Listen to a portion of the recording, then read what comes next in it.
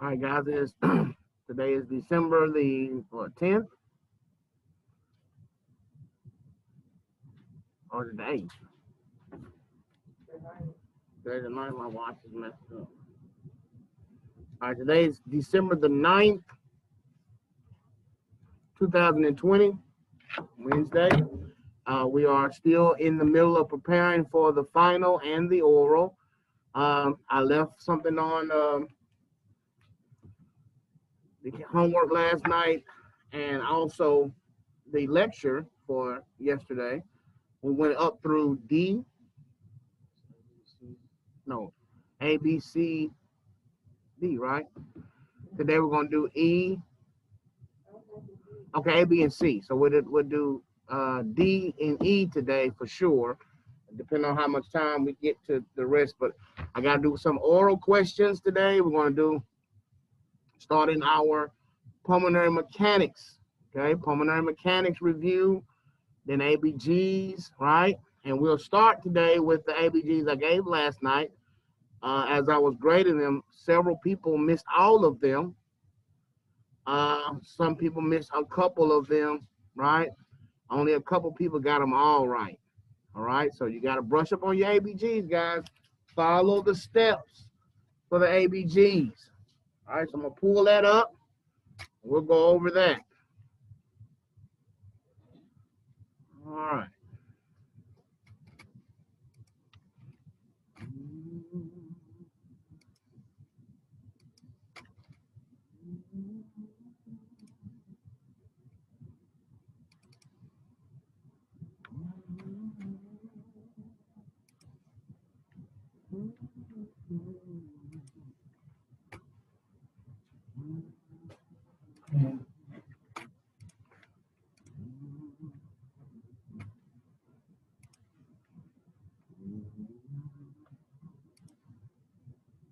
All right. Can you see my screen? All right. These were the ABGs, guys, that I left on record for you for homework. Like I said, a lot of people just bomb these. I don't know if you were just putting something down to get credit for attendance or you really don't know them. I mean, you knew them. If you haven't studied them, then you will forget them. And you will have several of these on your final and your oral. During the oral, you will have a couple ABGs. So they could be the ones that either help you get across. Oh, I got my ABGs. I know I got those. Or I had 4 ABGs out of 20 questions and I missed them all. Okay? They can knock you down. You can only miss 5 to pass the oral exam. So let's look at the first one. pH of 7.4, CO2 of 45, bicarbonate 24, and a PaO2 of 100. These are on room air. Okay, these pictures are on room air. So if I'm looking at the pH, first thing to do is look at pH first. What is pH doing? pH is normal. Let's look at CO2. 45 is normal. Bicarbonate 24, normal. And PaO2, normal. So this is a normal blood gas. Or just whatever you say, normal ABG. It's fine. All right, that's a normal blood gas. Number 2, first thing you do is look at pH. In this case, pH is 7.7, so that's what? 7. Alkaline. Anybody can chime in that's online. But 7.7 is alkaline. Okay, so we know we are in an alkalosis. We got to find out who's causing it. So let's look at CO2. CO2 in this case is 65. It's acid. Okay. Bicarb 59. That's alkaline. Really, really alkaline. And PaO2 is 45. So that's moderately hypoxic. Okay. So since bicarb is causing the problem and we're in a alkalosis, we are in a metabolic alkalosis. All right, now we got to see if there's compensation going on. In this case, the third player would be CO2. Is CO2 in normal range? No, so there is compensation, right? But was his compensation enough to get pH back into normal range? No, So this one is partially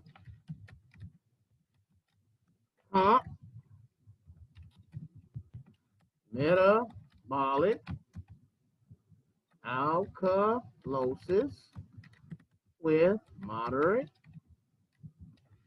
hypoxemia.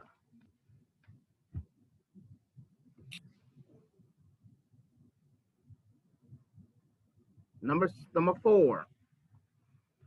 pH of 6.9, CO2 of 10, a bicarb of 10, and a PaO2 of 100. Okay, let's see what pH is doing. I always find out what pH is doing first. What is pH doing in this case? Acid. So we're in an acidosis. Now let's see who's causing the acidosis. CO2 is 10. That's alkaline. A CO2 of 10 is alkaline. It's blowing off way too much. A bicarb of 10. Oh, that's really, really acidic. Bicarb less than 22 is acidic. All right, so bicarb is causing the problem. So we are in a metabolic acidosis. Okay, metabolic acidosis. Now, since bicarb is the second player because he's causing the problem, let's look at CO2 because he is the third player. Is he in normal range? No. So we have another partially compensated problem. Partially compensated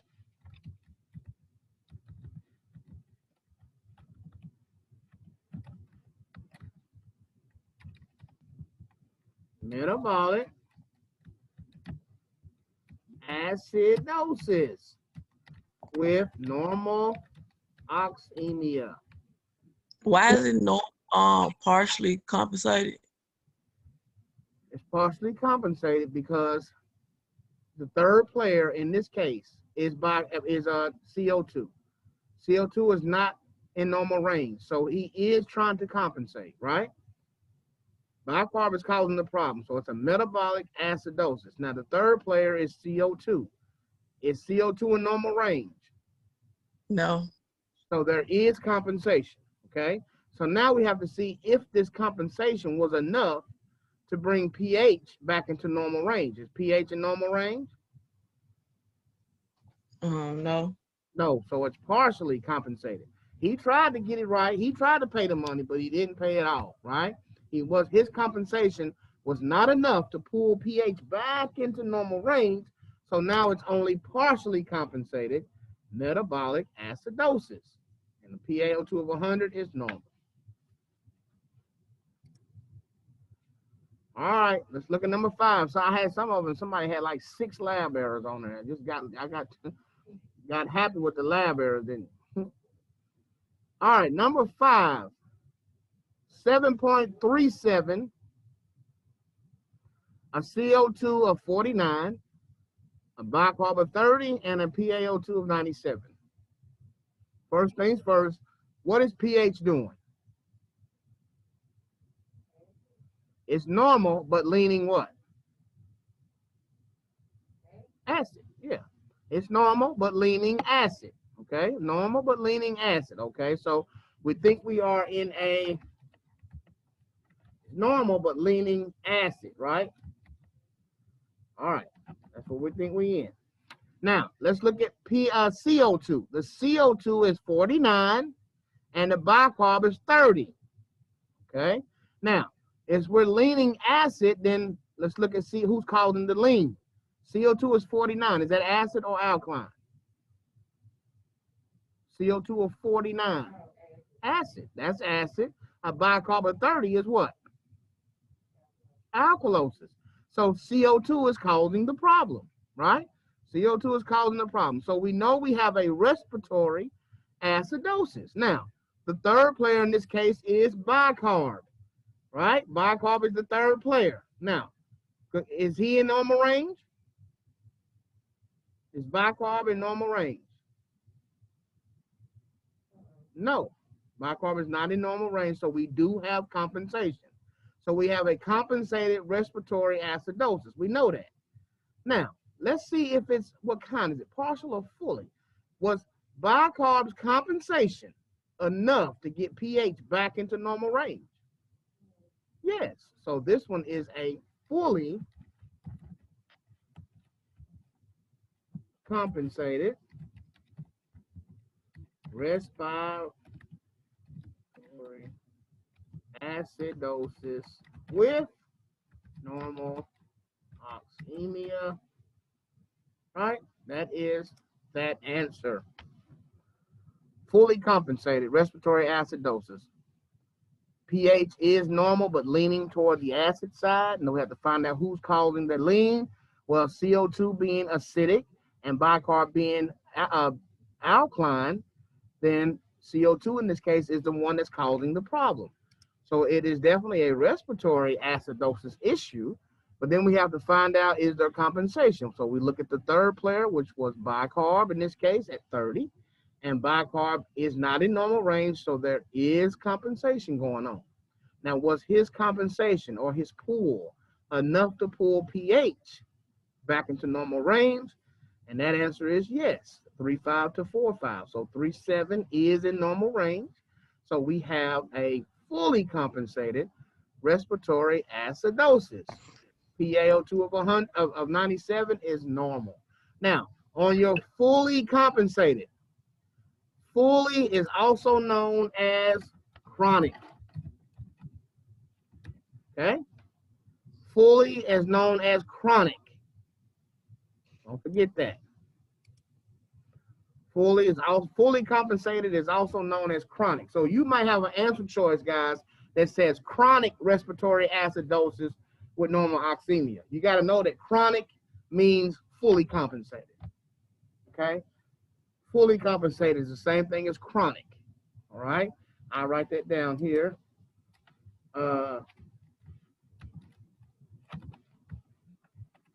Chronic equals fully compensated. All right. And acute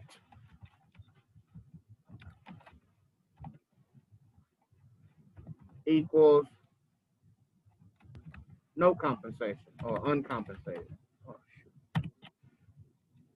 acute equals uncompensated.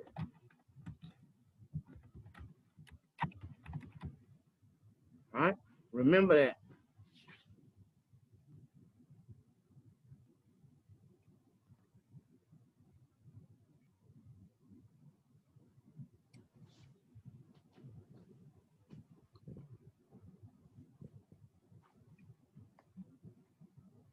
All right, so you may see those words, okay? You may see those words. Is that how you spell chronic? That's how you spell that. Okay, it looks funny.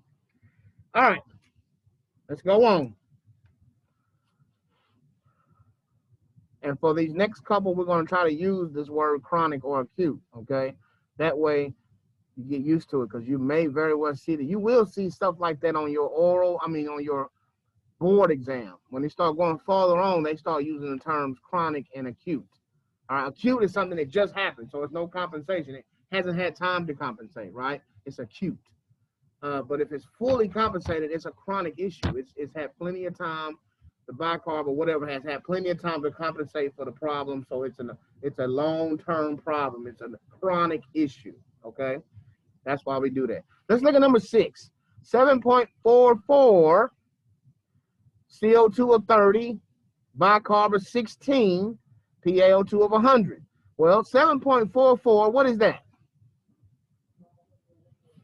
All right, it is normal, but leaning what? Alkaline. All right, it's normal, but leaning alkaline on this one. Okay, now let's see who's causing that alkalotic lean. Well, CO2 in this case is 30. What is that? Alkaline. Bicarb in this case is 16. What is that? Acid. So who's causing the lean? CO2. So there is a respiratory alkalosis present, right? We know that. Now, let's see if it's compensated or not. All right, so if CO2 is causing the problem, then bicarb is my third player. Is bicarb in normal range? Is bicarb of 16 in normal range? No, it is not.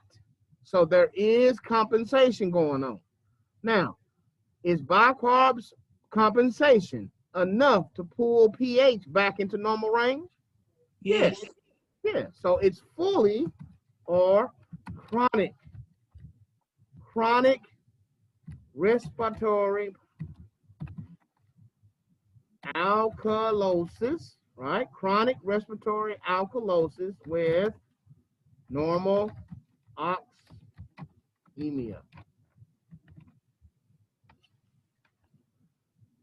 Chronic means fully compensated.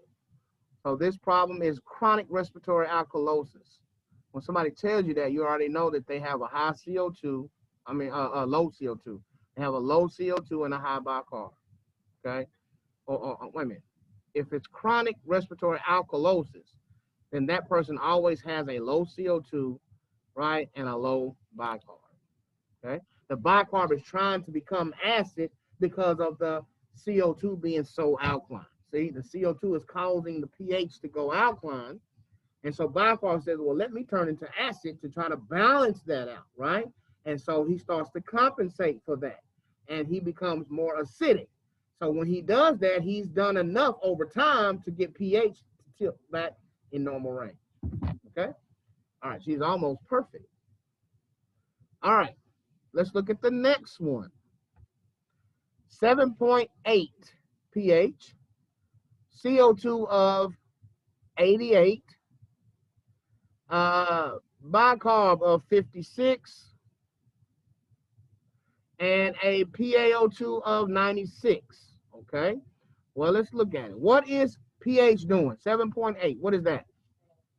Alkaline. We know we are in an alkalosis for sure, right? We're in an alkalosis. Now, let's find out who's causing the alkalosis. What is CO2 in this case? 88 of CO2. What is that? Acid.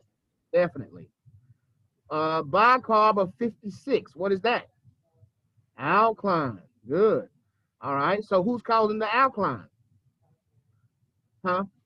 Bicarb. So it's metabolic. Now, we are in a metabolic alkalosis.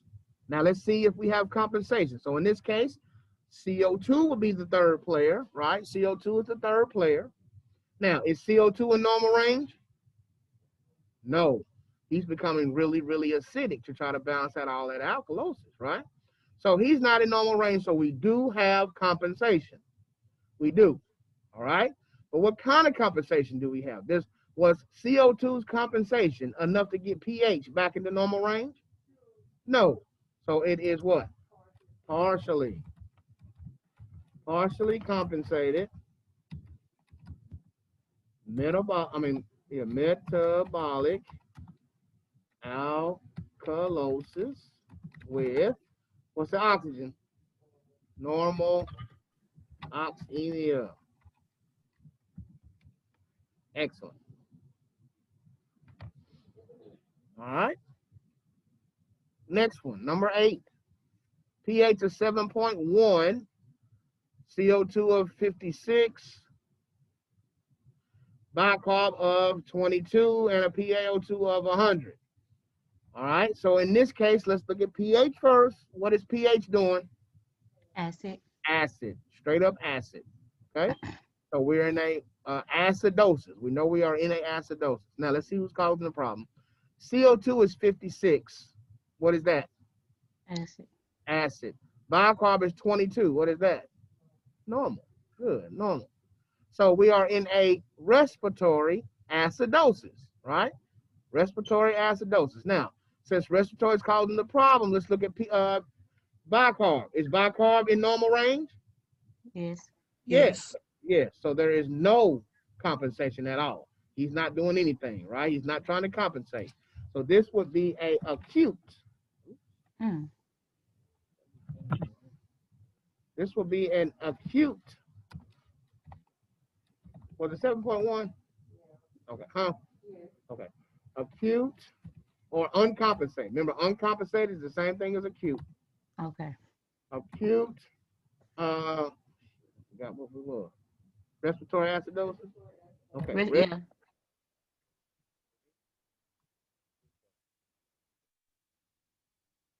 With Normal Oxemia. Normal oxemia. Good. Acute means uncompensated. All right, number 9, couple more.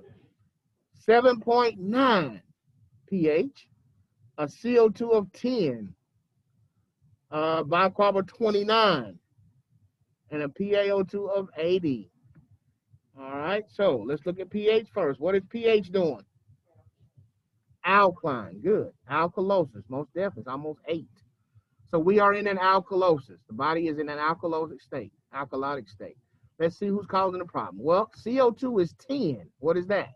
Alkalosis. Alkaline, okay. Bicarb is 29. What's that? Huh? Alkalosis. Good. So if all 3 of them are alkaline, then this is considered to be what? Combined. Lab error. Combined. No, combined. Combined alkalosis. Combined. If all 3 of those are acid, it's combined acidosis. If all 3 are alkaline, then it's combined alkalosis. Only time it's a lab error, guys, is if the pH is going one way and the other 2 are going the opposite way. That's the only time it's a lab error. One of them has to be going the same way as pH, and in this case, both of them are. So it's not a lab error. Okay, it's combined alkalosis with normal oxemia. Combined. pH is alkaline, CO2 is alkaline, and bicarb is alkaline. That's a combined alkalosis. Sometimes you might see mixed. It might say mixed alkalosis. That's the same thing. Okay, combined and mixed. Let me put that right here. Combined equals mixed. All right, just in case you see that somewhere, those 2 are the same. All right, let's look at number 10. Number 10. pH 7.36, CO2 of 70, and a bicarb of 33, PaO2 of 100. First thing first, look at the pH. What is pH doing? Normal. Normal, but what? Leaning towards alkaline. What'd you say, Ms. Tabor? Is it leaning towards alkaline? 3, No, 6. you acidic. Yes, normal, but leaning acid. Oh, yeah, it's more on that side. And so, now, let's see who's causing the acidotic lean. Right, that's a new dance. Acidotic lean, who's causing that? All right, well, let's look at CO2. CO2 is 70. What is that? Acid. Acid. And bicarb is 33. What's that? Alkaline. Alkaline. So who's causing the problem? CO2. So that is a respiratory acidosis. We know that we are in a respiratory acidosis. Okay. Now we got to find out if we have compensation or not. All right. And let's look at it. The third player in this case is bicarb. Okay. Bicarb is 33. Is that in normal range? No. No. Okay. No. So we do have compensation. He's trying to pay his money. Okay. We do have compensation. Now, was his compensation enough to get pH back into normal range? Yes. Yes. So it is, or what?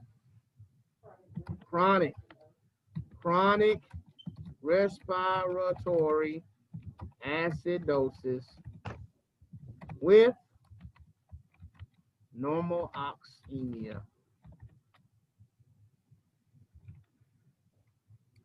Last one. pH of 7.12, CO2 of 66, bicarb of 16, and PaO2 of 85. First things first, look at pH. What is pH doing? Acid. Okay, straight up acid. Now, let's see who's causing that acidosis. We are in an acidosis. Well, let's look at CO2. What is CO2 doing? Acid, 66. So that's acid, right? And let's look at bicarb. Bicarb is 16. What's that? That's also acid, okay? So if all 3 of them are acid, that is mixed or combined. Mixed acidosis, also known as combined with normal. Oxemia. Oxemia.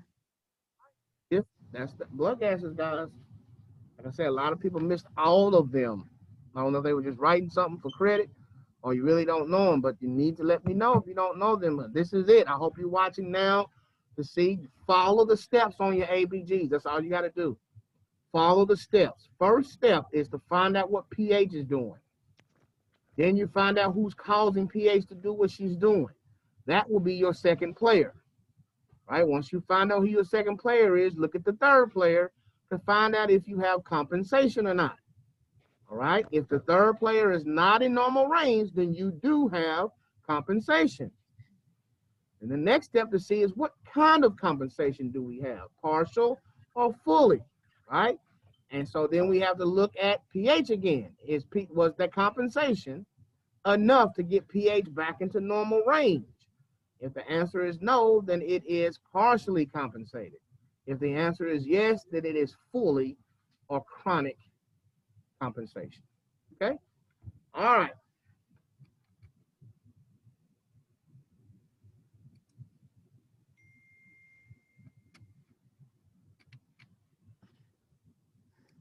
That was the ABG practice.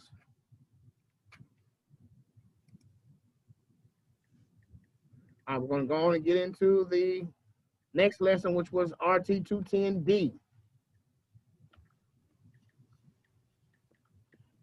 All right, which is pulmonary mechanics. Pulmonary mechanics. All right.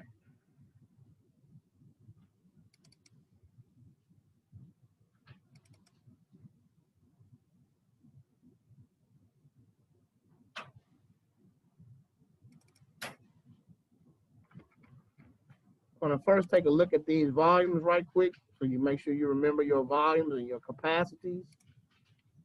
Look at that PowerPoint right quick. And we'll take a break and come back with some of the lesson plan of it. Slideshow from the beginning. All right. This is the last final review for lung volumes, which is part of RT210 D, which is pulmonary mechanics and physiology. All right, pulmonary mechanics and physiology. This particular one will talk about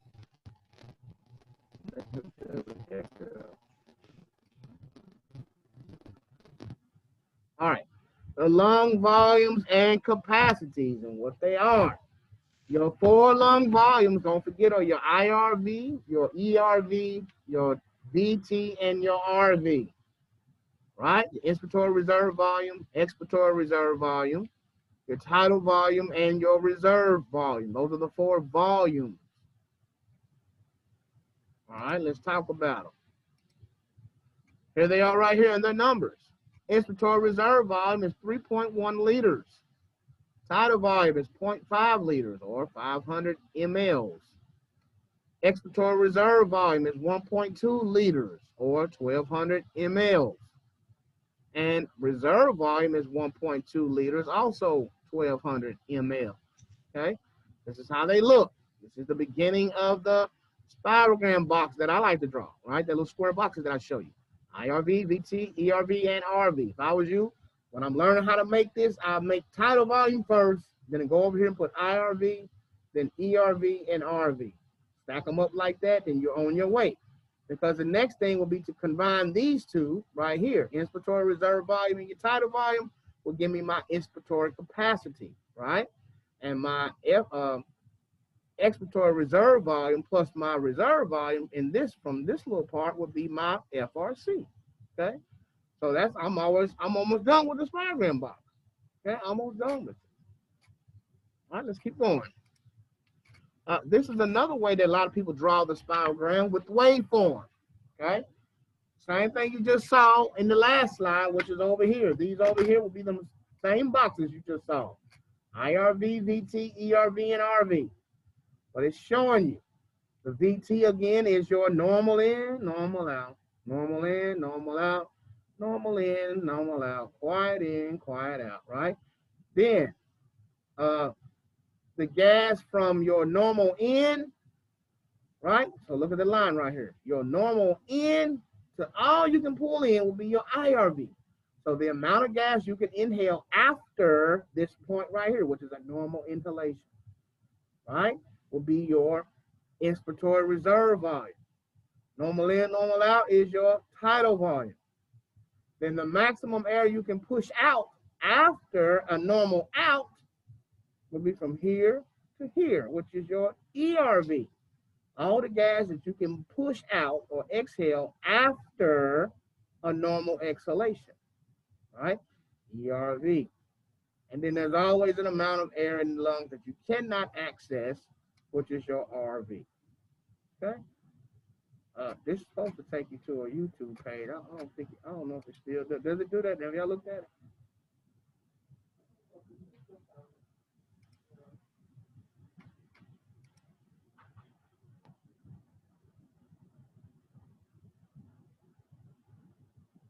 Look like it's doing something. Let me see what this is.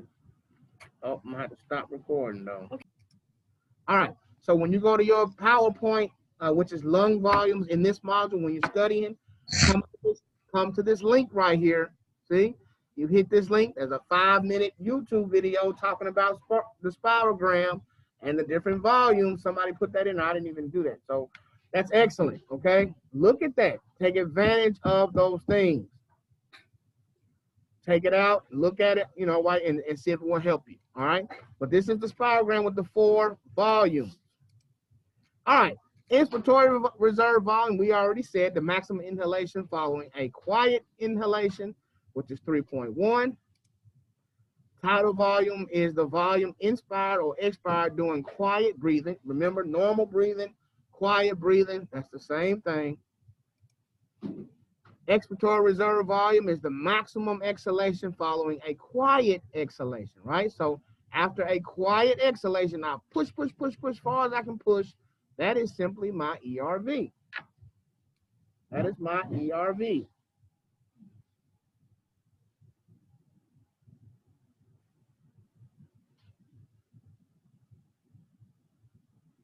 All right. Reserve volume, the gas remaining in the lungs after a maximum exhalation. So after you push, all you can push, you still have air in there. That's your reserve volume, also called residual volume. You may see it either way. 1.2, remember those will test oral questions.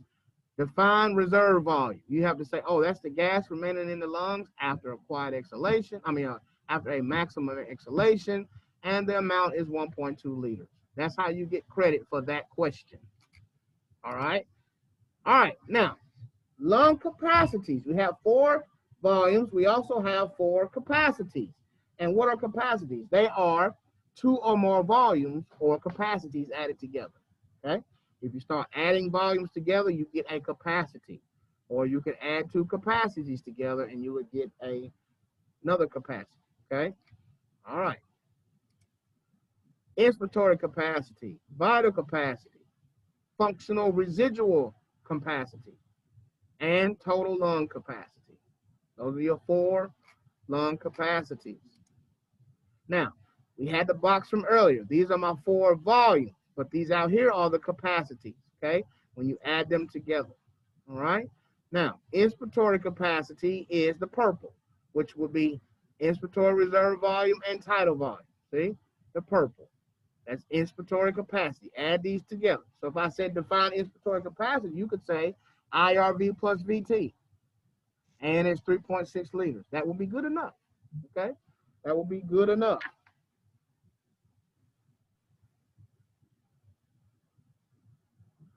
All right. Functional residual capacity is the orange or whatever this is, reddish orange.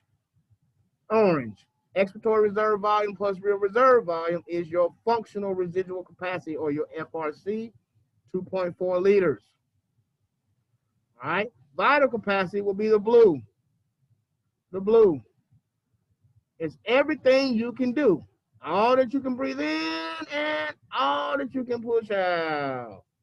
That's your vital capacity. Your vital capacity is everything that you can do. All you can suck in and all you can blow out. your vital capacity. And then finally, total lung capacity is the red. Everything, even what you can't do. All you can do plus what you can't do is your total lung capacity, okay? What can't you do? RV, good. RV you can't do. All right, so here's the spirogram now, added with the capacities as well. Same one I just showed you, except they scooted it over to give you the capacities, right? So, inspiratory capacity, IC, is tidal volume plus IRV. That's inspiratory capacity. All right. Vital capacity, don't worry about this I in here. This is vital capacity. Vital capacity is everything you can do. See? Everything you can suck in and everything you can push out. That's your vital capacity, right? And then your FRC is your ERV plus your RV. That gives me my FRC. From here to here is FRC, functional residual capacity. And then total lung capacity is every single thing. Okay, every single thing. Again, make sure you go to that website. That's that link on there, and it'll help you out some more. All right, inspiratory capacity is IRV plus VT. Maximum inhalation following a quiet exhalation is about 3.6 liters. FRC is, you could say, ERV plus RV, right? The gas in the lungs following a what? Quiet exhalation. This is all the gas in the lungs after this. So this is quiet in, quiet out, right? After this quiet out, everything that's in my lungs left is this plus this. That's what's in my lungs. That's FRC. This plus this is FRC, okay? So the gas in the lungs after a quiet exhalation. All right, vital capacity, IRV plus VT plus ERV. That's everything you can do, right? Everything you can do. Maximum in and maximum out. 4.8 liters.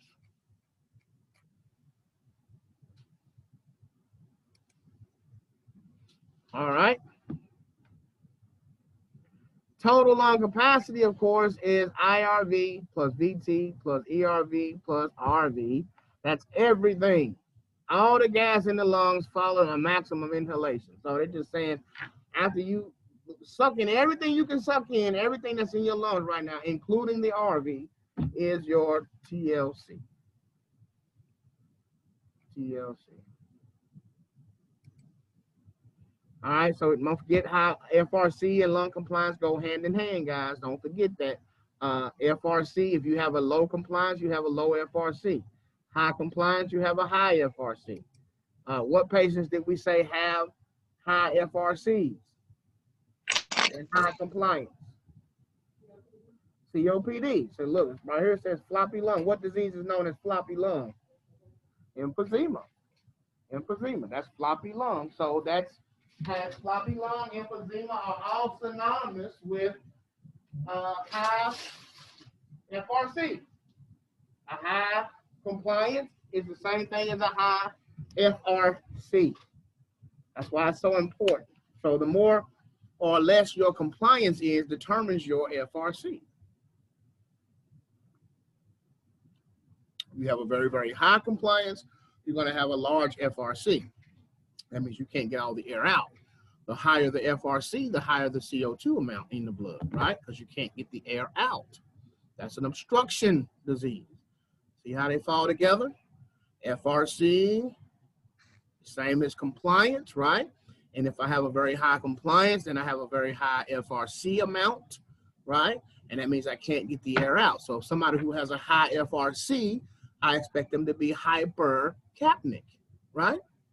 They should be hypercapnic because they have a high FRC. They have an obstruction. They can't get the air out. All of that kind of dominoes together, right? If you can't get the air out, you got a high CO2 level, which is capnia, right? Hypercapnia.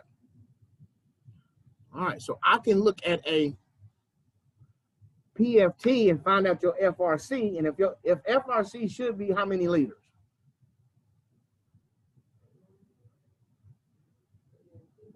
2.4.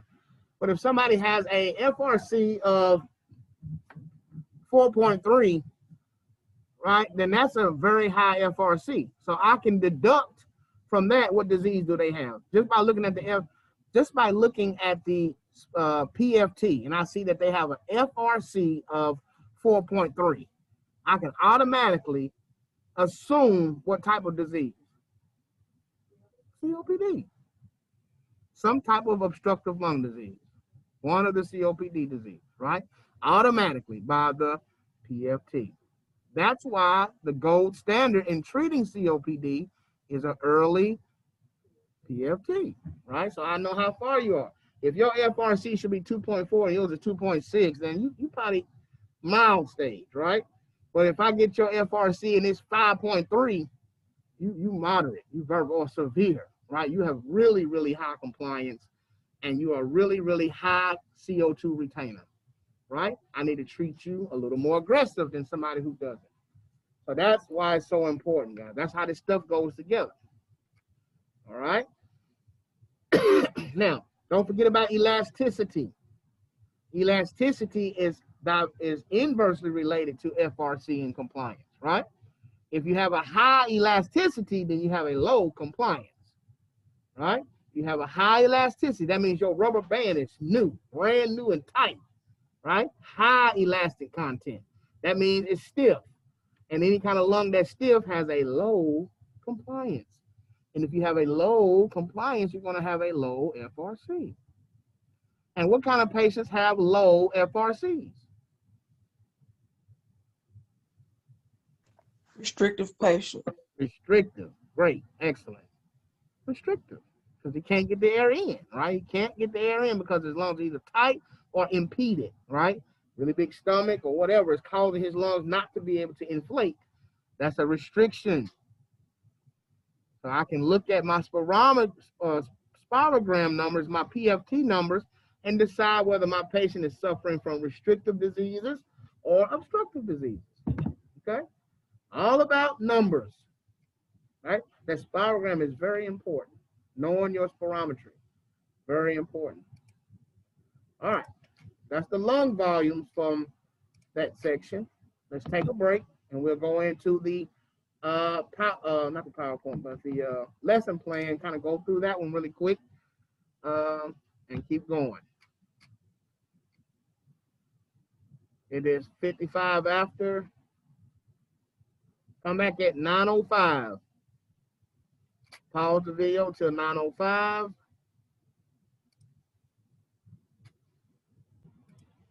Okay, let's pick up where we left off. We're going into our pulmonary mechanics stuff.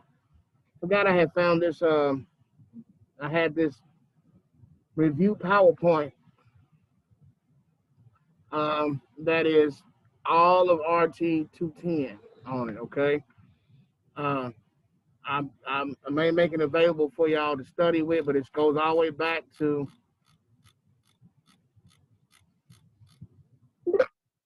it starts with cardiac anatomy, right? And just kind of goes over the stuff of the heart, right?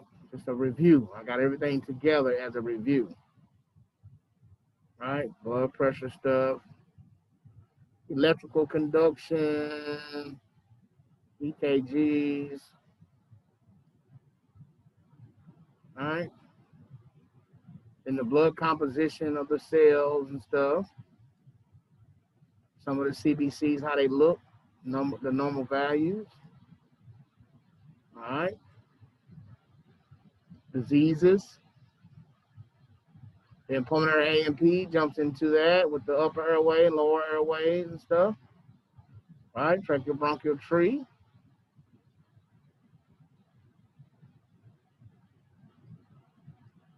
Talk about the cilia and the goblet cells and the mucus blanket. A really good one. Gas exchange. Talking about the alveoli, right? Look at this one here.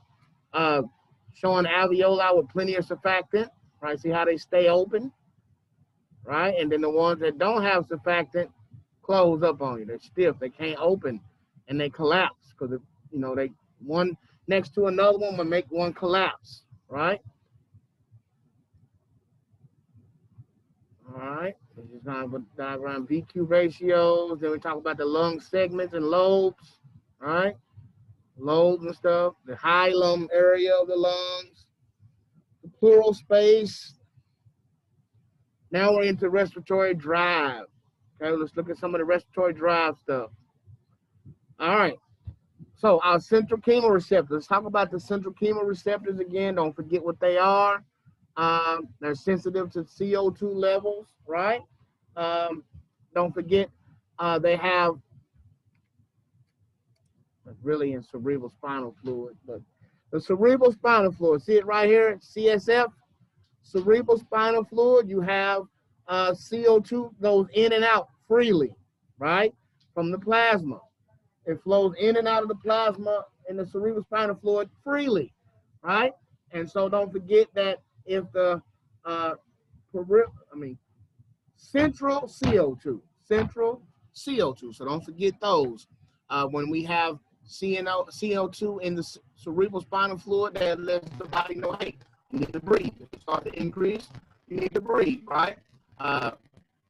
COPD patients have smoked away their central chemoreceptors, right? They don't have central chemoreceptors anymore, so they use the what? Peripheral chemoreceptors. Now, normal healthy humans use both. Our primary one is the central chemoreceptor. The backup one or the secondary one is the peripheral chemoreceptors, right? And if you have a COPD issue or hypercapnic patient, then they're going to not work on their central chemoreceptors anymore. They only work off of their peripheral. Let me change my mask. This mask is so muffled.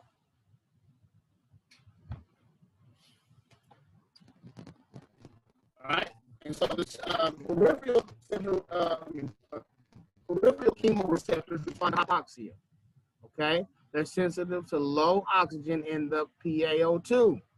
All right, and will take part in increasing ventilation during acidosis. So our peripheral chemoreceptors respond to a low oxygen in the system, and they will either make you breathe faster or have the heart pump harder, okay, in response to the hypoxia, okay, in response to the hypoxia. So look right here. Here go the carotid bodies. We have the aortic bodies and the carotid bodies, right? Those are the two peripheral chemoreceptors. Carotid body here. Let me get my pointer out. This is the carotid body here, and this is the aortic body. The carotid bodies, when they sense a low PaO2, they respond by making you breathe a little faster, right? Hey, you need to breathe a little faster, right? When the aortic bodies sense a low oxygen count or hypoxemia, they not only make you breathe a little faster, but they also make the heart pump a little harder, right? The heart pumps a little harder, a little faster, right? Now, if you no longer use your central chemoreceptors like COPDers, they only respond to the peripheral, right?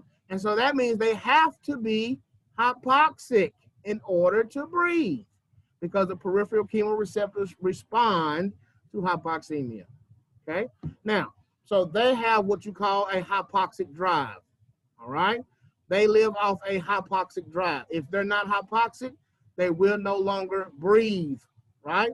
And that can cause hypoventilation, which will then increase the CO2 super high and go into respiratory failure. Hypoxic drive. Now, central chemoreceptors fail to adjust the ventilation, okay? Central chemoreceptors fail to do it when they don't have them anymore, right? They can't do it anymore, all right?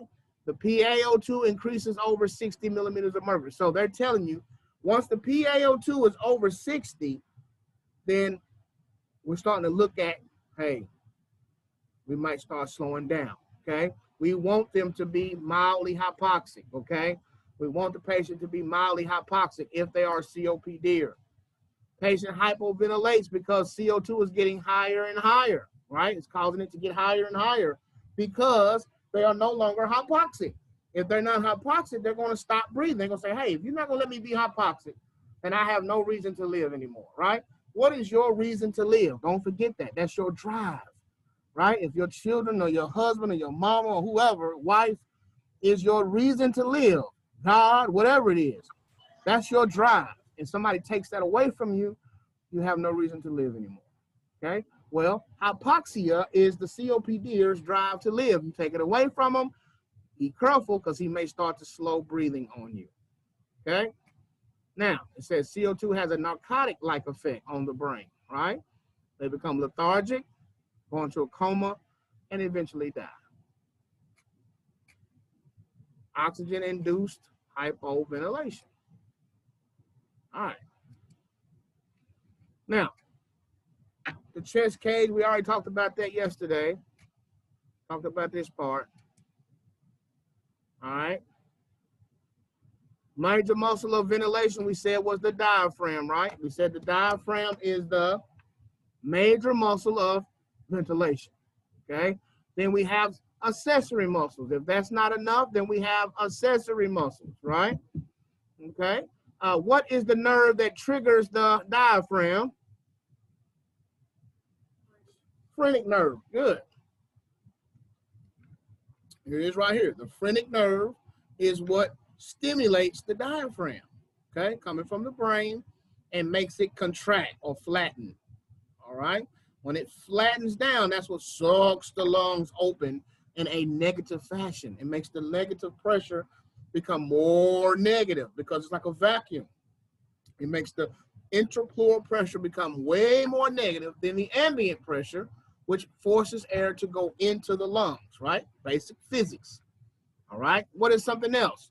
You have intercostal muscles. Don't forget about those. The external intercostals help with inspiration, and the internal intercostals help with expiration. All right.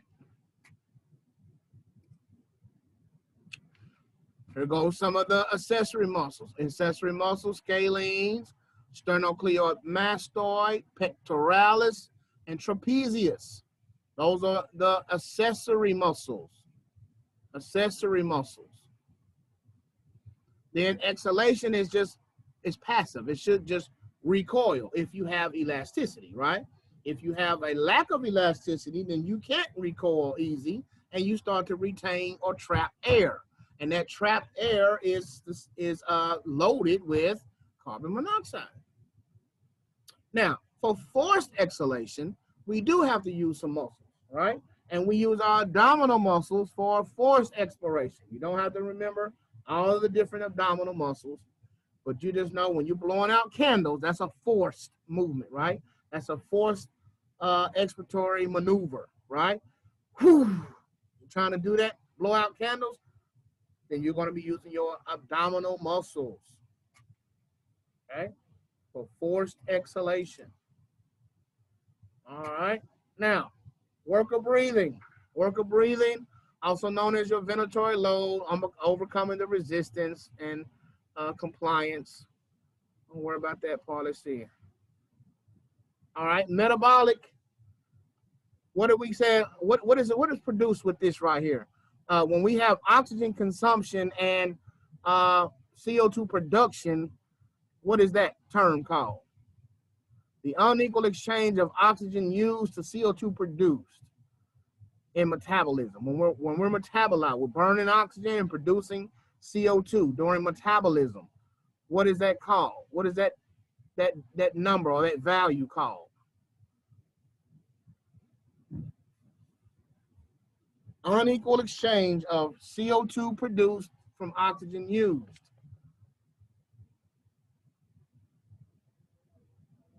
It's in the alveolar equation. At the end of the alveolar equation, what is that value? Respiratory quotient, the RQ. That's the oxygen consumption of the respiratory muscles and over the production of carbon dioxide, okay? All right, now, don't forget that part. Let's see what else they got here.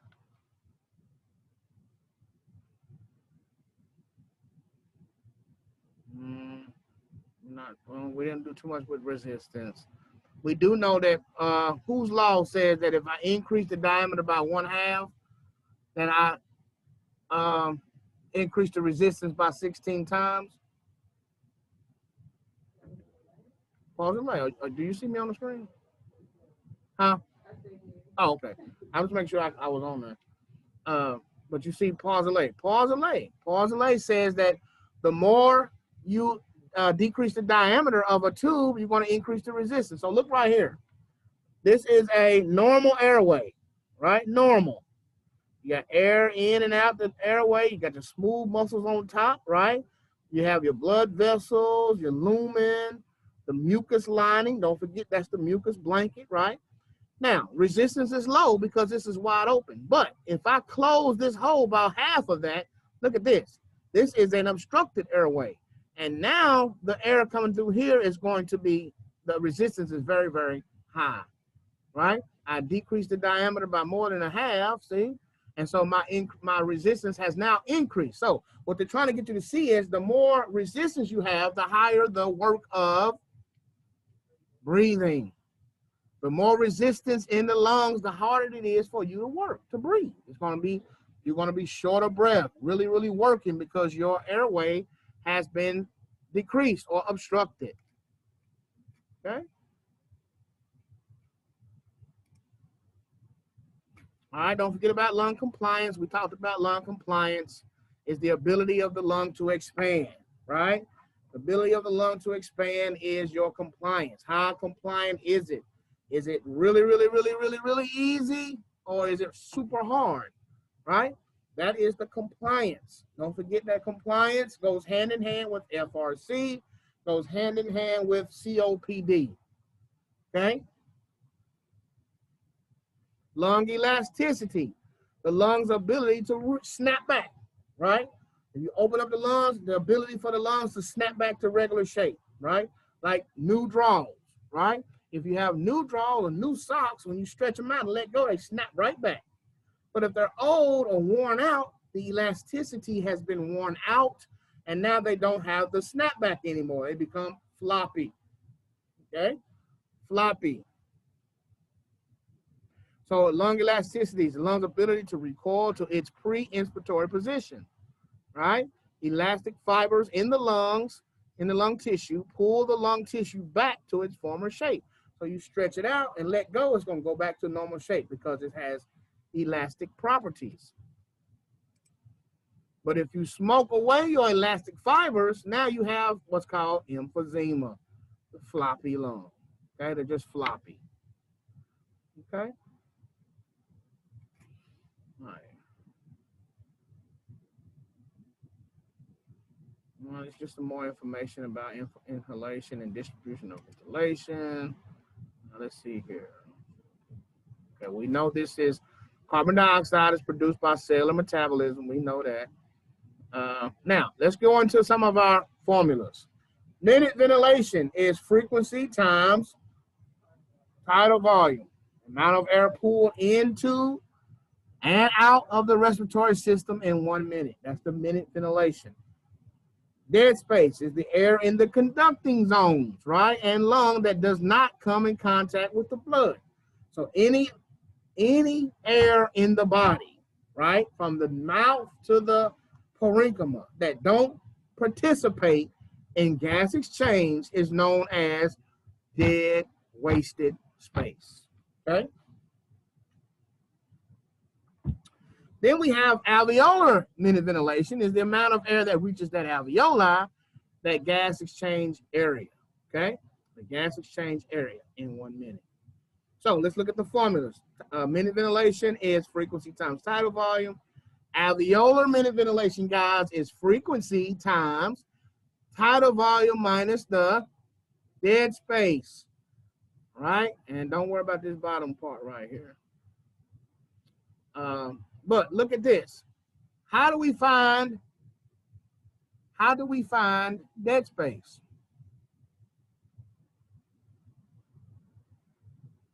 1 time every pound.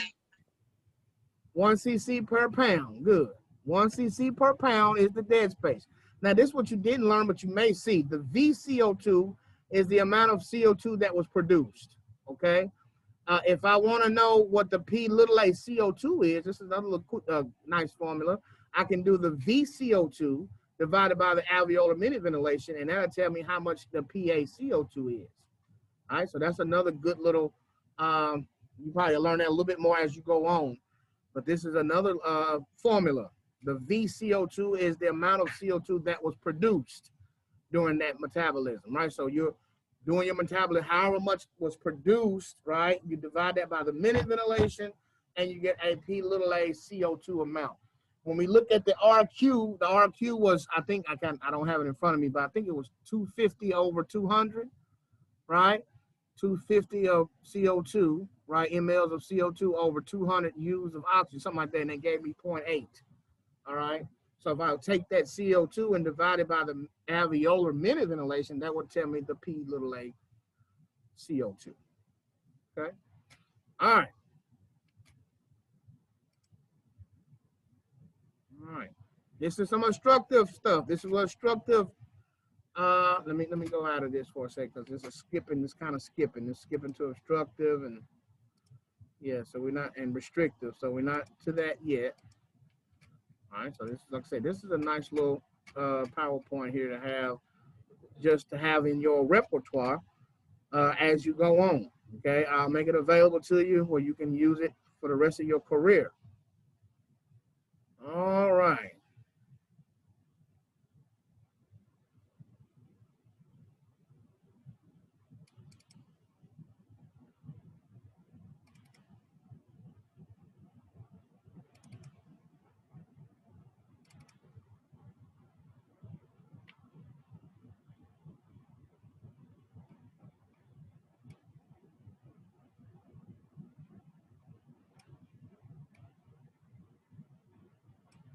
All right, we did the volumes. All right, so let's just make sure you understand these.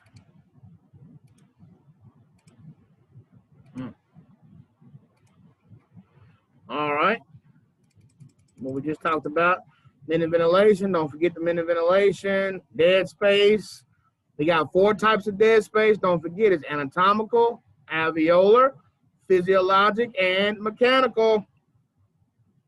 4 types of dead space, and to find dead space is normally 1 cc per pound. What if they don't give you the pound? What is the normal dead space amount?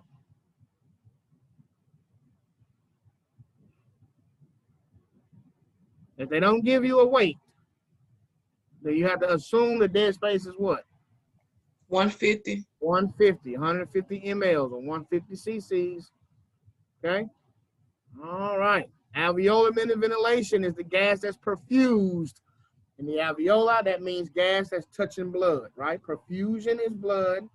Gas that has been mixed with the blood, or gas exchange is the amount of, that's what we're looking for. We want to know how much is actually taking place in gas exchange. Then we want to know the alveolar minute ventilation, okay?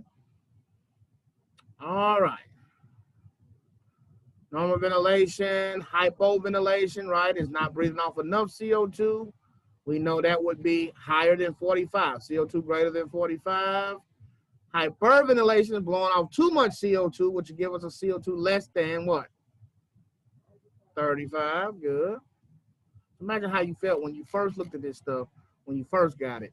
It was like foreign language. Now you look at it and you're going back over it like, that's not, it feels good to know it, right? All right, don't forget about your VQ, ventilation to perfusion, right? Again, this is alveolar minute ventilation here. Perfusion is the blood flow to the tissues. External respiration, gas exchange between the alveoli and capillaries. So that's the lungs. The lungs are responsible. Main job is external respiration. Here goes the VQ right here. RQ. RQ is the unequal exchange of CO2 produced versus oxygen uptake or utilization.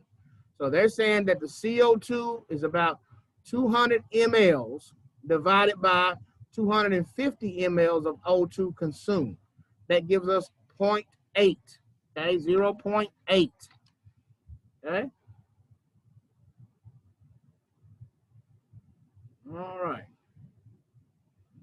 work that other one out later and find out how it looks. That's the respiratory quotient. That number here is what we put in the alveolar air equation. So if you get a question that says, what is the, or what formula, or what is the term for unequal exchange of CO2 produced over oxygen uptake, that's your respiratory quotient, and it's about 0.8. All right, now what about the gas exchange units? What about those units? We have 4 alveolar units. The normal unit is when you have adequate ventilation and adequate perfusion, right? Alveoli is wide open and has good blood flow. That's normal. Dead space will be ventilation in excess of what? Perfusion. You got ventilation, but we don't have any blood flow, right? And then a shunt will be, we got the blood flow, but we don't have ventilation. That's a shunt. Alveoli is shunt or shut. And then the silent unit, of course, was no perfusion and no ventilation. Those are the 4 alveolar units, okay? 4 alveolar units. We talked about some of the regional differences in perfusion and ventilation. We talked about where is more ventilation at in the lungs? Is more ventilation at the bases or the apices of the lungs? The bases. There's more ventilation in the bottom of your lungs. What about perfusion? More perfusion in the apices or the bases of your lungs? The bases. Now, the reason for perfusion in the bases to be more is simply gravity, right? Because of gravity. All right. Ventilation is got something to do with gravity, but also the inspiration and transpulmonary pressure is greater at the bases, okay? All right, how many times more is perfusion in the bases than ventilation? 20 times more. Make sure y'all remember that, and that there is 4 times more ventilation at the bases than the apices.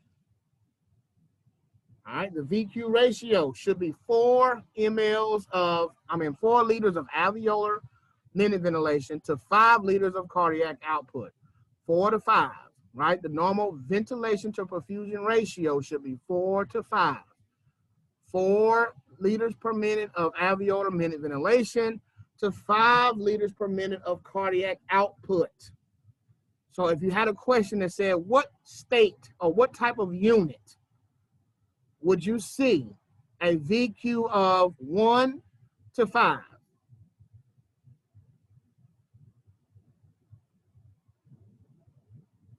1 to 5.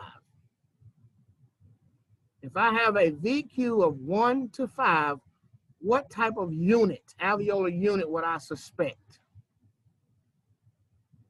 1 to 5.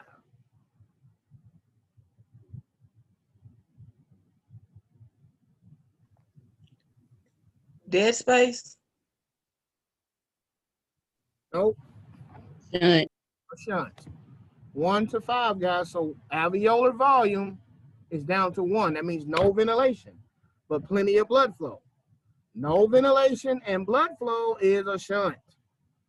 Okay, what if I had a VQ of 4 to 1? 4 liters of alveolar ventilation, but just 1 cardiac output. That's dead space. You got air, but no blood. Okay, so you got to know how to use those, right? Don't just memorize terms. You got to understand what's going on. All right, so those are the kind of ways we can kind of guess what type of lungs we're dealing with, right? And then once we know what kind of lungs we're dealing with, now we know how to treat them, okay? Then we know how to treat it. All right, now there's 4 types of shunt. Don't forget the 4 types of shunt. You got the anatomical shunt, which is about 2 to 5%. Absolute capillary shunt, that's also known as the true shunt, right? Absolute capillary shunt, that means the alveoli is perfused, but it ain't ventilated at all. It's just closed. No ventilation, but you have blood. That's a true shunt, okay? A true shunt is refractory to O2. What does that mean? What's refractory mean? I said several times. Don't respond. does not respond to oxygen therapy. We're going to have to give some positive pressure for that. All right, we're going to have to hyperinflate that lung because it's closed. So no matter how much oxygen I throw at the lung, it's not open. The alveoli is closed for business. I'm going to have to pop it open, right? I'm going to have to blow it open with either some positive pressure or get the patient to work on some in-center spirometry, right? Because if the alveoli is closed, what's the term for closed alveoli?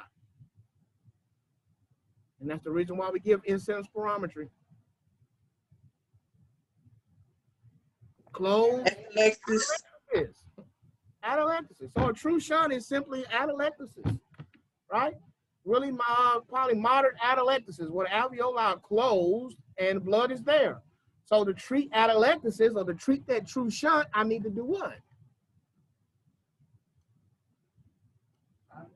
Positive pressure, or ask him to do in-center spirometry to pop their lungs open. If I do that, I can solve that true shunt, right? And then it will respond to oxygen because oxygen has somewhere to go.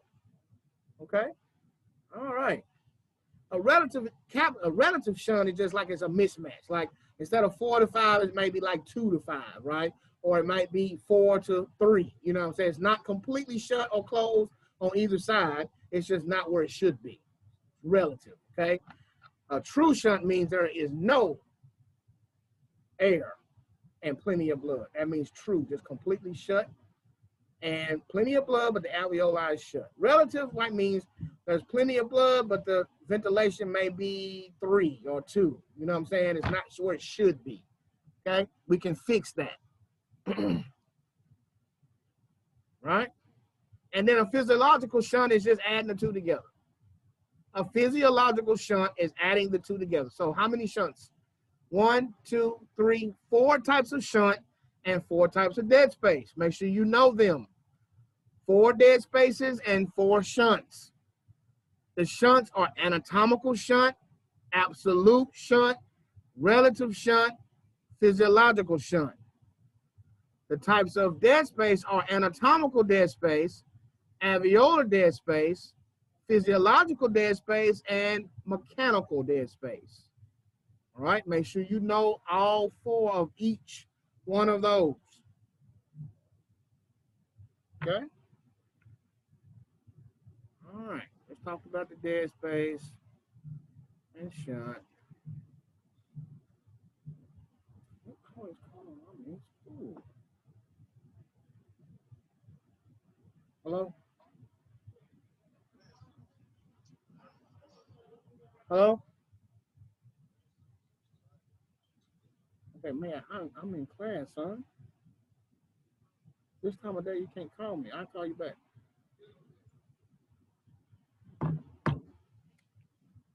All right, so that is pulmonary mechanics. Nick, okay. All right, let's go on to the next. On to the next one, which is ABGs. We kind of went over ABGs today, but I want to go over a few of the terminologies and the oxygen transport. I'm just going to go through that. Don't forget oxygen transport and all that stuff that's coming up here in ABG physiologics, right? Or acid-base chemistry, all of that. All right, so let's see what's next. Respiratory chemistry.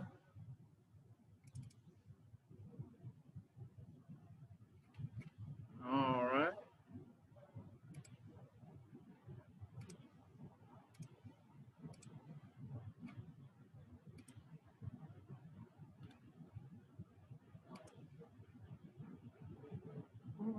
Okay.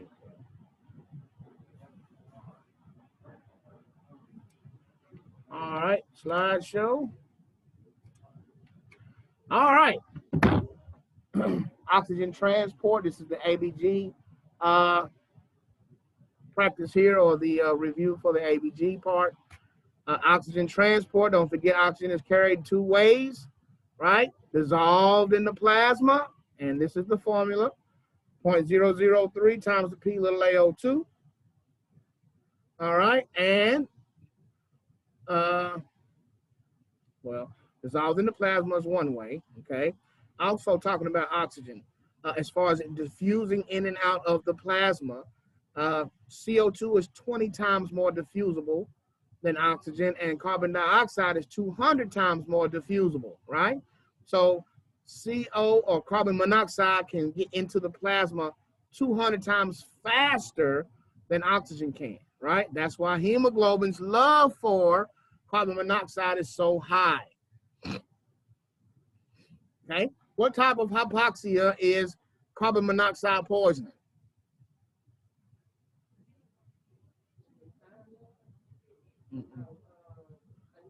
Anemic hypoxia. So hemoglobin in the presence of carbon monoxide will go into anemic hypoxemia.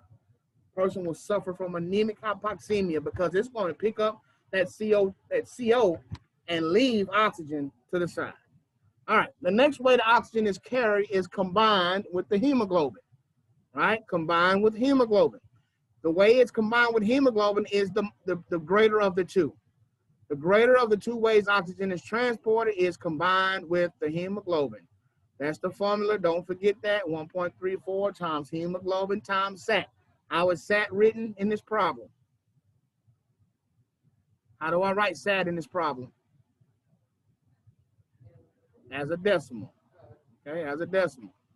All right, then we talked about the hemoglobin curve. Make sure you remember, guys, what the P50 is. The P50 is where hemoglobin is 50% saturated, and the PaO2 at that point is about 27 millimeters of mercury.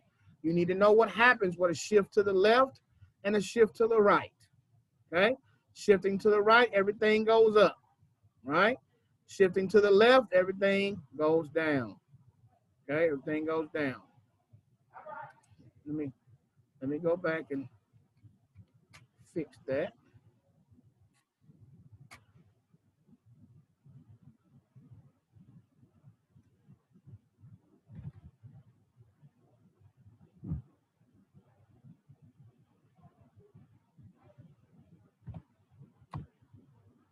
All right.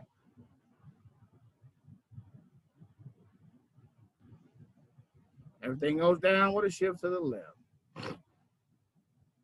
All right. We had a couple of different effects. We talked about the Haldane effect, talked about the Bohr effect. Make sure you study up on that. We did say that the Bohr effect is the effect of carbon dioxide on hemoglobin's love for O2. So Mr. Bohr is CO2. You can say CO2 is also known as Mr. Bohr, and he has effect on hemoglobin's love for oxygen. What is his effect? When he come around, what happens? Anybody? It drops everything else. Yeah, hemoglobin will drop O2 when CO2 comes around. When Mr. Bohr come around, hemoglobin is going to drop oxygen. And when carbon monoxide come around, hemoglobin drop everybody, right? Okay. All right, total O2 content. Well, after we talked about the dissolved in the plasma, then we talked about combined with hemoglobin. When you add those two together, that is the body's total oxygen content, written as C_A O2, and you just simply put both of the formulas together. What is CaO2 written as?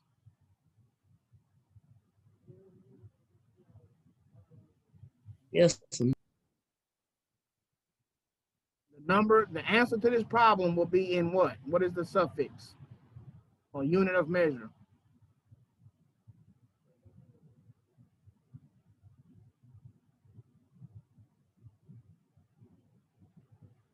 What is it written in? Huh? What'd you say? Is it combined plus dissolved? Yes, this is combined plus dissolved. I'm saying when you answer the answer, what is the unit of measurement? Milliliters, milligrams? What is it? No, it's volumes percent. Volumes percent. Don't forget that. You're going to need to know to be able to say volumes percent. That answers might have several. You might have the right answer, but have several different units of measurement. You're going to have to choose the right one Choose the right one. All right, then we talked about hypoxemia, which we've already talked about that. That is, we talked about the alveolar air equation. I can't do nothing but simply tell you to practice those. You had a worksheet that had the alveolar air equations on there. Work it again if you need to, but you need to practice that. Practice the alveolar air equation and the different types of hypoxemia, right? Now, one reason for the alveolar equation or the causes of hypoxia, it would be a low PaO2, a low P big AO2 from the alveolar air equation. That can cause hypoxemia. If the oxygen tension in the alveoli is low, then the oxygen tension in the arterial is going to be low, right? Because the artery gets its oxygen from the alveoli.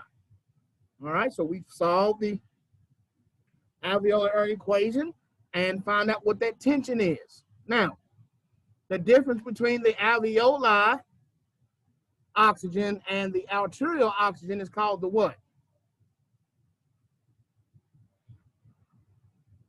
The difference between the two.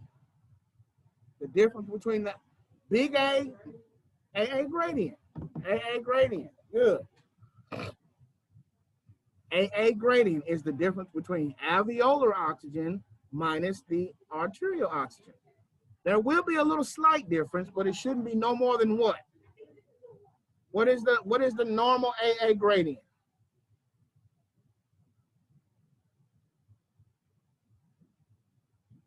Normal AA gradient .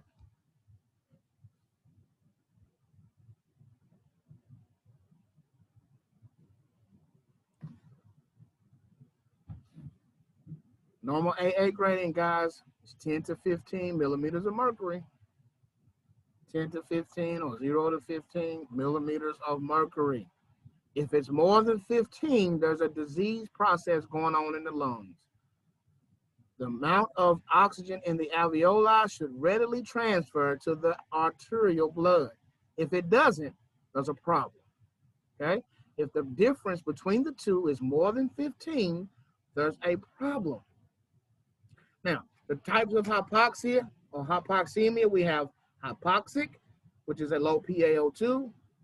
Anemic is when you're suffering from carbon monoxide poison, or if you have a low hemoglobin from bleeding or something, okay? Stagnant would be circulatory. Blood is not moving properly. And histotoxic will be poison from what? Cyanide poisoning. All right. All right. What about the amount of carbon monoxide in the blood? There should be some, right? Because we live in a carbon-based world. So you have fumes, you have, people burning wood, whatever. There's carbon monoxide in the air at all times, okay?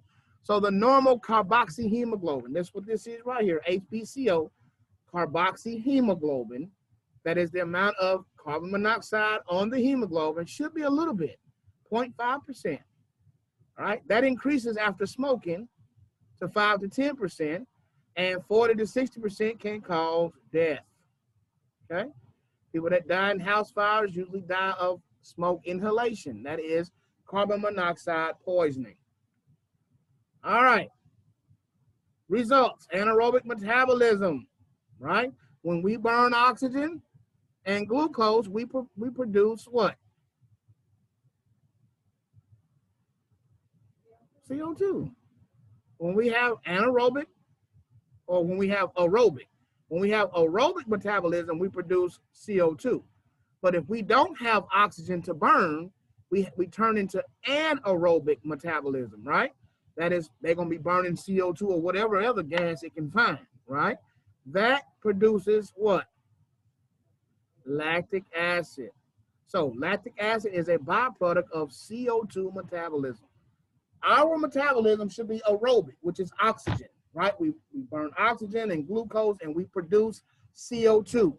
But if you're hypoxic, that means you don't have any oxygen, right? So the body still has to metabolize, so it will metabolize what's there, which is carbon dioxide. Carbon dioxide. Once it burns carbon dioxide and carbohydrates, it starts to produce lactic acid. and lactic acid can cause you to go into septic shock and kill you. So that's why it's very important as a respiratory therapist to keep your patients with the adequate amounts of oxygen. Okay.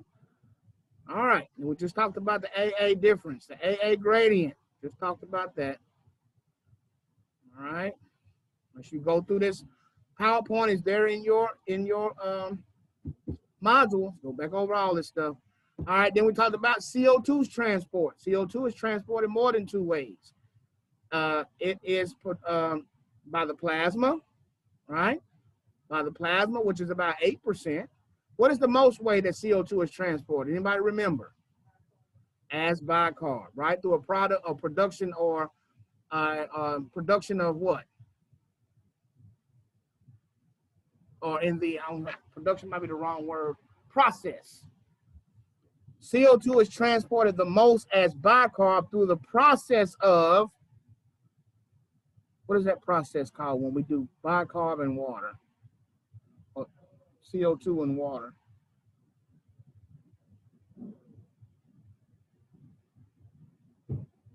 Hydrolysis. When you add water to it, right? Hydrolysis. Through the process of hydrolysis, we mix CO2 and water, and it makes H2CO3, which is carbonic acid. Carbonic acid, right? Then we drop one of the, or we add another hydrogen, and now we are HCO3, right? HCO3, okay? We were H2CO3, but then, which is carbonic acid, and then we added another hydrogen, what makes it HCO3, which is bicarb, okay? And that is 80% of its transportation. 80% of carbon dioxide's transportation is as bicarb through the process of hydrolysis. Hydrolysis, water right here, hydrolysis. And then 12% is attached to the plasma proteins. So 8, 80, and 12. 8, 80, and 12. 3 ways CO2 is transported.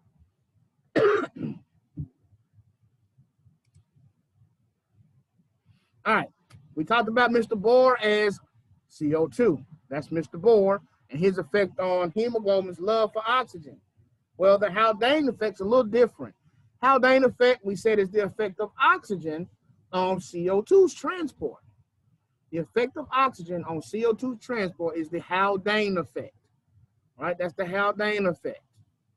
They're saying at the lung level, the PO2 or oxygen is increased, and then the CO2 is unloaded off the hemoglobin, okay? Because it's going to get exhaled, right? At the lung level, the CO2 is unloaded out, gets off the hemoglobin so you can blow it out, right? That's the Haldane effect. At the tissue level, the Haldane effect is the PO2 is decreased, right? And CO2 is loaded onto the hemoglobin. So at the tissue, the hemoglobin picks up the CO2, and the PO2 is down, dropped off, and given to the tissues, right? I'm gonna give it to the tissues, and you give me your CO2. So at the tissue level, the CO2 is high, right, on the hemoglobin, and the O2 is low on the hemoglobin. When it gets to the lungs, the CO2 is then jumps off of the hemoglobin so that the lungs can blow it out, right? That's the Haldane effect. We already know these AKAs. These are AKAs I gave you several weeks ago. CO2, AKA ventilation, AKA respiratory, AKA acid, AKA hypercarbia, AKA hypocarbia, you know, so carbia, capnia, right? Those are all CO2 terms. Eucapnia is simply normal CO2 level. Eucapnia is normal CO2 level. Henderson-Hasselbalch, make sure you go back. You don't have to memorize Henderson-Hasselbalch. They may ask you the formula, but you won't have to figure it out. You won't have to solve what is pH and all of that.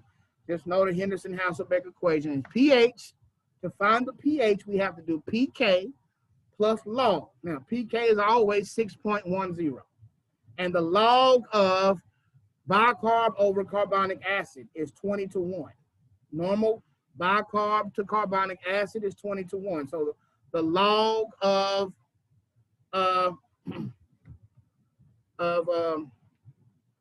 20 divided by 1 is what? 20. Okay, so the log of 20 is 1.3. That's why I go back. So the log of this right here will be 20, right? And so the log of 20 is 1.3. So look back right here. This is 1.3 plus 6.1. 1.3 plus 6.1 gives us 7.4. That's how you get the pH. Okay, that's all they're trying to show you. All right, buffer systems. The main part, what's the purpose of the buffer system? What are we trying to maintain? pH. The three buffer systems you have are mainly the carbonic acid situation, right? Which is about 60%. And hemoglobin is about 30%, and the blood is the rest. So the three buffer systems, if you have a question, say, all of these are buffer systems except, make sure you include the bicarb over the carbonic acid one, the hemoglobin, and the blood, as far as the phosphate proteins and stuff like that. Those three are your main buffer systems. The three buffer systems in the blood are this one here, hemoglobin, and blood. All right, don't forget that. Now, ABGs, we've already done that. There's nothing else I can teach you guys on ABGs. Follow the steps. If you follow the steps and take your time, you should be able to do fine. Like I said, a lot of people miss those ABGs. And I don't know if it was because, like I said, if you were just putting anything down to get credit, or you really don't know, but I don't understand it. Nothing else I can quite do to get you to understand it, but follow the steps. Okay, follow the steps. They've been laid out for you. All right, then lastly, compensation. Same thing, you know compensation. If the kidneys are causing a problem, if metabolic is causing a problem, then the lungs will try to compensate. Okay, if the lungs are causing the problem, the kidneys will try to compensate. All right, and these are the ways in which they do so. Okay, these are the ways that they do so. Now, metabolism's compensation, or the kidneys' compensation, is slow. How many days can it take the kidneys to compensate? Good. 3 days. It might take 3 days for the kidneys to catch up. Okay, but the lungs can do it fast, short term. Right, the lungs can compensate really fast. Now, what's the third way we can compensate? Kidneys, lungs, or Medication. Kidneys, lungs, or medication. Okay, medication.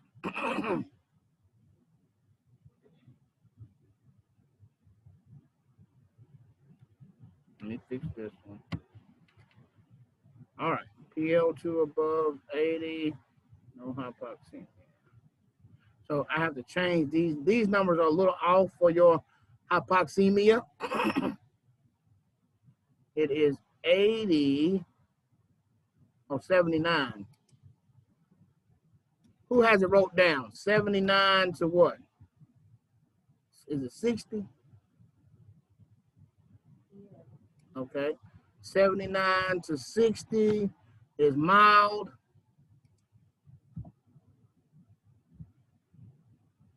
All right. And then moderate was 59 to 40, right? 59 to 40. And then less than 40, of course, was, all right.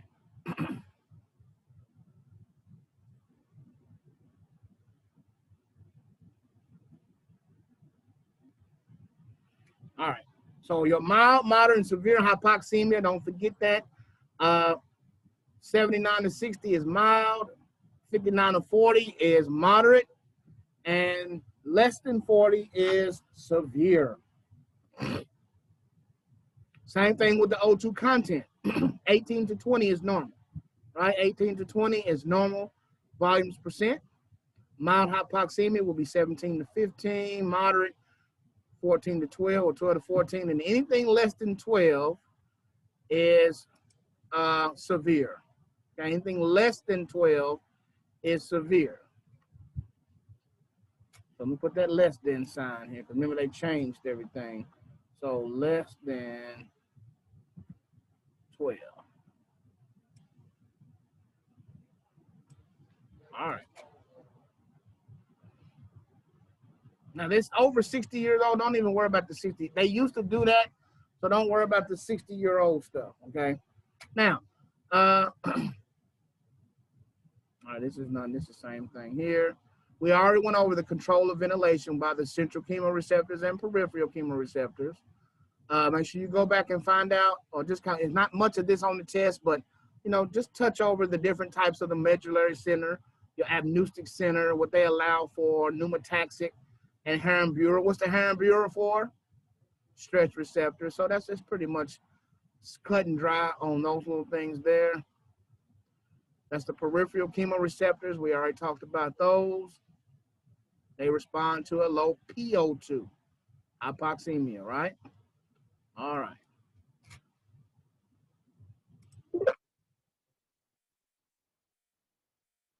Right. All right. So we got, how many people we got here? Okay, we got a few people here. What we're going to do now is take another little quick break. It is 10 o'clock. Come back at 10:10, and we're going to do a few oral questions. And come back at 10:10, cut your cameras on so that I can ask you some oral questions. I won't be recording, so your pretty faces won't be recorded, because who the star? So, but yeah, I won't be recording your house and all of that. I'm going to pause the recording now. We'll come back at 10:10, and we're going to go over some questions from orals. Now, I'm only going to cover questions from orals from A up into D. Okay, I'm going to try to find as many A through D's that I can find and just kind of quiz you through those. Then tomorrow, what's tomorrow? Thursday? Tomorrow will be home only. Remember, tomorrow's my Thursday day. I will be at home lecturing. So tomorrow, I will be going over a few more things. We stopped at E, right? So E, F, G. I'll do F and G tomorrow from home. Okay? F and G, RT210, F and G review, and then ask some more oral questions up into G, right? And then Friday will be G, H, and I. Okay? H and I, and maybe a little bit of J, because like I said, we just got through with J. All right? But H and I, and I'll throw in some J review and a little oral on that, and that will be all your review. Monday is the what? 11? 12? What's Monday? Is that the test Monday? The 14th. Monday's the 14th, right? Yeah. So Monday is your what? Oral or final? Let me make sure. What, this Friday? Oh, okay, cool. So Friday, guys, make sure you're here. Make sure you are here on Friday. Mr. Curbo said he's going to do orals on campus. So come here on Friday, and you will have your oral exam, and you can go home, okay? And then Monday, you'll come and take your final exam. And then you can start working on your CPR stuff, you know, taking your leisure little time for the next couple of days after that to look at your CPR, answer those questions, and do your test. And then on that lab day that's coming up after that, you'll come in and check off on CPR, and it is deuces. See you in 220. All right? All right, so let me pause the recording and see you back in 10 minutes. 10:10, we're going to practice some oral questions, and then we're done for the day.